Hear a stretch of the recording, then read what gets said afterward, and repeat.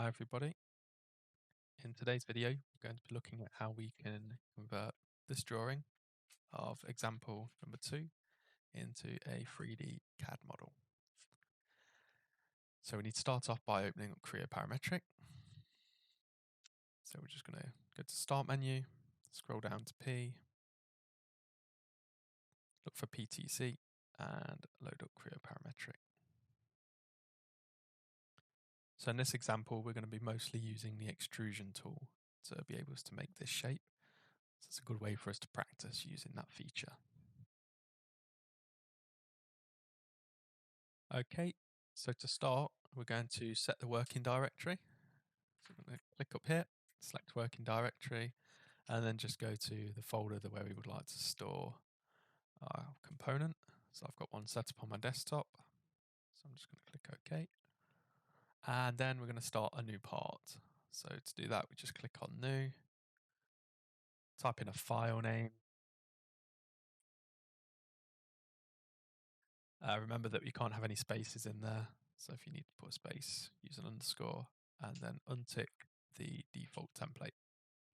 And click OK. Now we're going to select the units. So we'll go millimeters and click OK.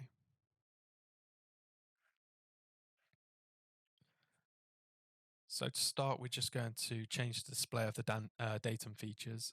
So if we just come up here, we'll tick select all, and then we just want to show the planes. So we'll click that. So the first thing I need to do is start an extrusion. So we're going to go extrude. And we're going to click on the top plane. So I'm going to use the model tree. Click top. And so now we're going to create a sketch to define a stock shape. And to do this, we're going to start with the circle tool. So we're going to go center and point. Actually, before that, we'll make sure the view's square. So we'll click on sketch view. And then we'll go to circle and we'll have center point. And we'll start off by clicking at the intersect of our references. Drag out, then click again. So we've got one circle. And I'm going to snap to this reference line here. I'm going to click again and drag out a circle, make sure that it's smaller than the original circle. So I've got two circles. I'd like to deselect the circle tool now. So I'm just going to click the middle mouse button. Okay, so what have we got here? We've got two circles and we now need to change these dimensions.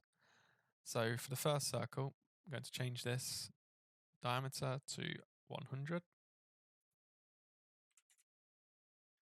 And the second one will change to 50. And the distance between these 2 points should be 166. So we'll change that as well. And press enter. Okay, so now what we need to do is join these circles up with tangent lines. But what we'll do is we'll just refit the screen. Just makes it so the sketch is a little bit larger. We can see what's going on. So what we're going to do now is click on this line tool at the top. You see the little arrow next to it. Click on that and then click line tangent. And this will allow us to join these circles up using perfectly tangent lines. So if I click this circle here and then click this circle, okay, we've got our first line. And then I can click this one again and click this one. We've got our second line.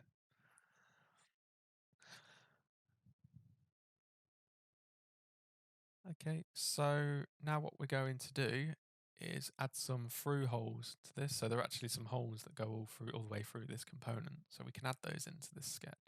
So I'm just going to press the middle mouse button to exit the line tool. And then we'll go center circle point again. And we're going to draw a circle at the center of this larger circle. Just drag this out. And then we'll do the same at the smaller circle here. So drag these out. These need to be the same size. So I'm going to accept the equals sign here and press the middle mouse button. And we can change the diameter of these. So if we change this to 32, center, they're both now 32 millimeters in diameter. Now we need to remove unwanted lines. So to do that, we use the delete segment tool. And what we can do is just click on any lines that we don't need. So we don't need this line, this line, this line, or this line. And we can press the middle mouse button to exit that tool. And you can see now we've got this nice shaded area that's all ready to be extruded. And so we can click OK. So we can see if I rotate the screen now that we've got an extrusion starting to occur. And this time we're actually going to set a specified depth for this. So make sure this is set to blind. And we're going to type in 60 here. Press enter. You can see we've now got our extrusion out to 60 millimeters. We're going to click OK. And we're going to save our work. So we're going to click save and make sure that we're saving our file as we go along. So we've got our first extrusion. Now what we're going to do is extrude a counterbore for this hole just here. So first of all, just press Ctrl D, go back to our original view, and select the top surface, and then go to extrude. Now we just need to sketch a circle. So we'll use the center and point circle tool. So click that, click here, drag this out, press the middle mouse button, and we're going to change the diameter to 60. And click OK. So now we just need to define the extrude direction and set it to remove material. So the first thing we're going to do is flip it. So we can flip the direction. Okay, we're going to click remove material. Okay, so it's starting to take it away from our main shape. And we're going to change the depth value to 35. Okay, so now we've got that counterbore fully dimensioned. We're going to click OK. Press Ctrl D, and we can see we're actually not far from in our final shape now. Again, we'll click save. And now what we're going to do is extrude the side profile. So what we need to do now is select the front plane. So if I click the front plane here and start an extrude, and then change to sketch view. So we can see we're now looking at it side on. And we're going to sketch the profile. So to do this, we're going to use the line tool. So make sure you go back to line chain. And we're going to start off by snapping to this far top right hand corner. I'm going to drag down. Make sure you don't snap to the halfway line. Go slight past it. Click, drag out horizontally to the left. Then click, then move your cursor so that it snaps to the top surface. And click, and then click back at our original point. And then press the middle mouse button. We now need to, if I press the middle mouse button again, I will exit the line tool. And what we now need to do is change the dimensions. Okay, so you can see we've got this angle in here. It's not very useful to me because it's not specified on the drawing. So we're going to go to dimension. We're going to click this top line and then move the cursor above the line and just press the middle mouse button. Okay, so we've added in a new dimension just there. So now we can dimension this up correctly. So our first dimension at the top here should be 150. The drop should be 40. And this bottom dimension here should be 50. Okay, so I've got the sketch that I would like. So I'm just going to click OK. And you can see when I rotate the screen, obviously it's trying to add the material again. So we're going to change this extrusion. The first thing we're going to do is set it to remove the material. Okay, so we're removing the material. But what we need to do now is be able to remove this back half of the component as well.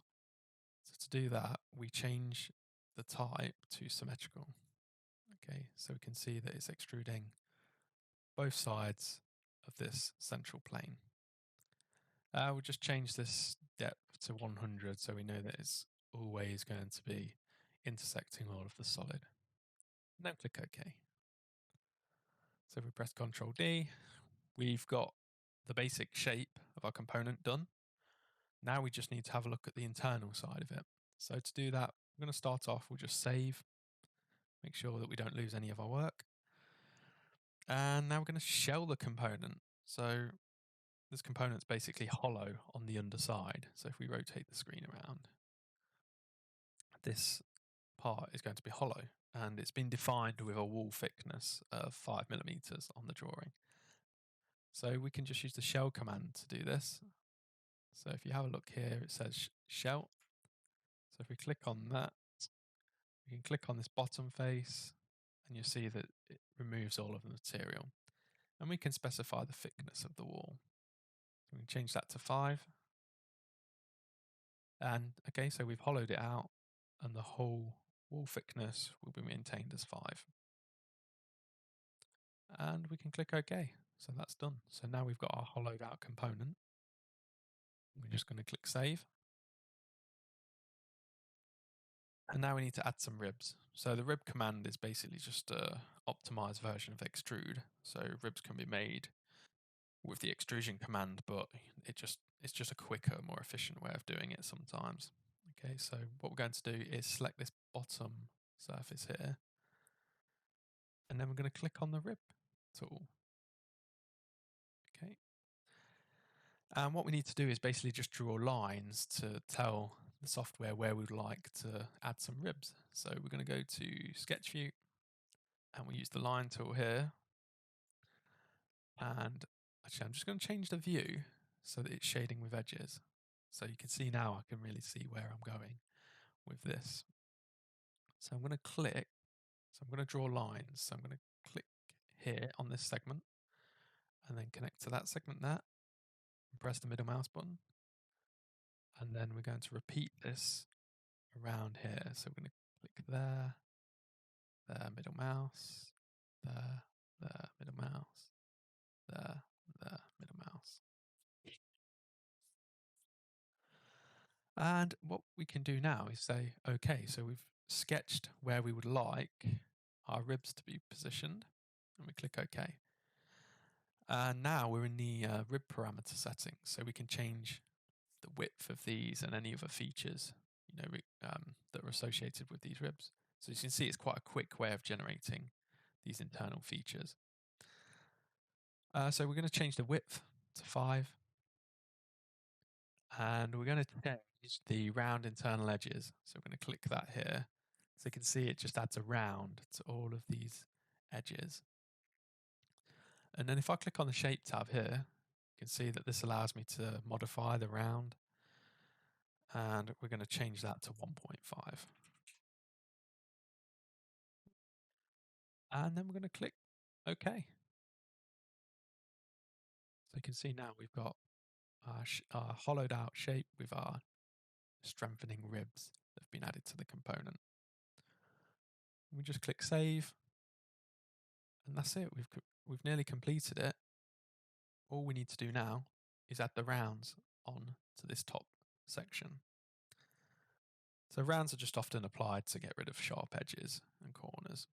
Okay, and it's good practice to do them at the end because sometimes it can be useful to get rid of them. So if you're going to conduct any kind of finite element analysis, sometimes removing the rounds can actually make your component easier to mesh. So it's important that we leave this till the last so that we can easily remove it if required.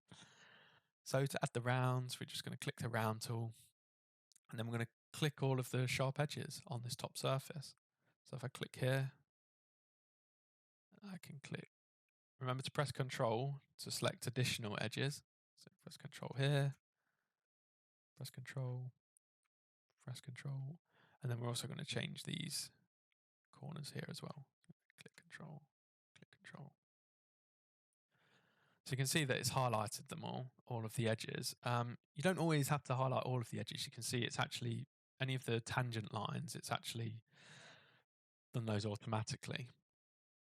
And we're going to click OK. And click Save. And now we're actually finished. So we've fully completed this component, and we've made our final part, and this perfectly matches the engineering drawing. Okay, thanks for watching.